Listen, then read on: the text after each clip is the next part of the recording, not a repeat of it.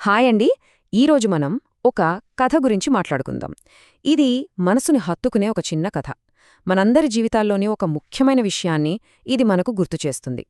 సరే, ఈ ప్రశ్నతోనే మనం కథలోకి వెళ్దాం. చూద్దాం మన లైఫ్లో మనం దేనికి ఎక్కువ ప్రాధాన్యత ఇస్తున్నామో ఈ కథ మనకు ఎలా చూపిస్తుందో. మన కథలో హీరో ఉన్నాడు. అతని పేరు రామ్. అతని ప్రపంచం ఎలా ఉంటుందో ఓసారి చూద్దాం. మన హీరో రామ్ చాలా మందిలాగే పెద్ద సిటీకొచ్చి ఉద్యోగం చేస్తున్న ఒక కుర్రాడు.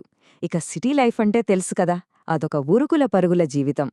రోజంతా మీటింగ్స్, టార్గెట్స్, డెడ్లైన్స్, ఈ హడావిడిలో పడిపోయి పాపం తన జీవితంలో అన్నిటికన్నా ముఖ్యమైన మనిషితో మాట్లాడటానికి కూడా అతనికి టైం దొరకట్లేదు. ఆవిడే వాళ్ళమ్మ. ఇక్కడే అసలు కథ మొదలవుతుంది. మరి ఈ బిజీ లైఫ్ అతని బంధాలపై ఎలాంటి ప్రభావం చూపిస్తుందో ఇప్పుడు చూద్దాం. ఇదేదో ఒక్కరోజు జరిగిన విషయం కాదండోయ్. ఇది రామ్ లైఫ్లో ఒక డైలీ రొటీన్ అయిపోయింది, ఒక అలవాటుగా మారిపోయింది. ప్రతిరోజూ ఆవిడ ఎంతో ఆశతో కొడుకు గొంతు విందామని ఫోన్ చేస్తుంది. కాని ఇక్కడ రామ్ ఏం చేస్తాడు? మీటింగ్లో ఉన్నాననో ఇంకేదో పనిలో ఉన్నాననో ఒక్క క్షణం కూడా ఆలోచించకుండా కాల్ కట్ చేస్తాడు. సరేలే, తర్వాత మాట్లాడొచ్చు అని అనుకుంటాడు.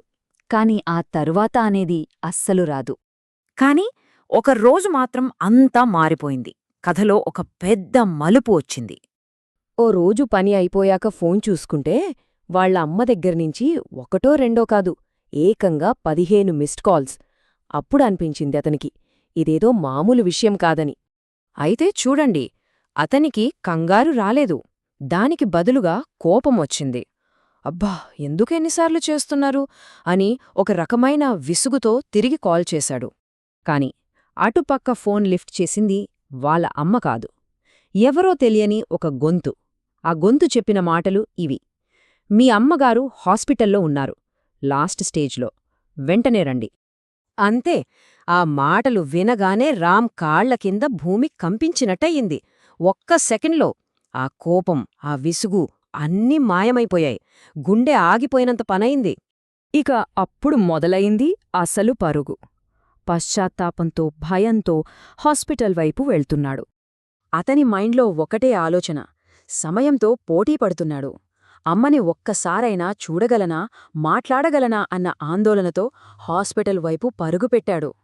అక్కడికి వెళ్లేసరికే గుండె పగిలే దృశ్యం. అతని తల్లి చివరి శ్వాస తీసుకుంటోంది. రామ్ని చూడగానే ఆవిడ ఎంతో నీరసంగా నెమ్మదిగా అంది: రామ్, ఒక్కసారి మాట్లాడితే చాలు అనుకున్నాన్రా. ఆ మాటలే ఆవిడ చివరి మాటలు. ఆ తరువాత అంతా నిశ్శబ్దం. ఆ నిశ్శబ్దం రామ్ గుండెను ముక్కలు చేసింది. ఆమె వెళ్ళిపోయింది, కాని తన వెనుక ఒక చేదు నిజాన్ని, ఒక గుణపాఠాన్ని వదిలి వెళ్ళింది. రామ్ చేతిలో ఇంకా ఫోన్ అలాగే ఉంది.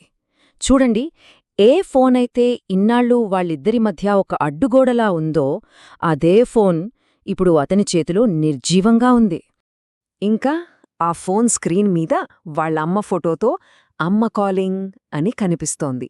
కాని ఇప్పుడది ఎప్పటికీ సమాధానం దొరకని పిలుపు. ఎందుకంటే ఈసారి తను కాల్ ఎత్తటానికే సిద్ధంగా ఉన్నాడు, కాని అటువైపు మాట్లాడటానికి అమ్మ లేదు. సో ఈ కథ మనకు చాలా సింపుల్గా కాని చాలా పవర్ఫుల్గా ఒక విషయం చెప్తోంది. లైఫ్లో మనం ఎంత బిజీగా ఉన్నా, ఎంత పెద్ద పొజిషన్లో ఉన్నా, మన వాళ్ల కోసం సమయం కేటాయించడం అన్నిటికంటే ముఖ్యం. ఎందుకంటే మనం ఈరోజు తర్వాత మాట్లాడదాంలే అని కట్ చేసే కాల్ అదే చివరి కాల్ అయ్యే అవకాశం ఉంది. మరి ఆ తర్వాత వచ్చే కాల్ ఎత్తడానికి మనకు అవకాశం ఉంటుందో లేదో ఎవరికి తెలుసు? ఒక్కసారి ఆలోచించండి.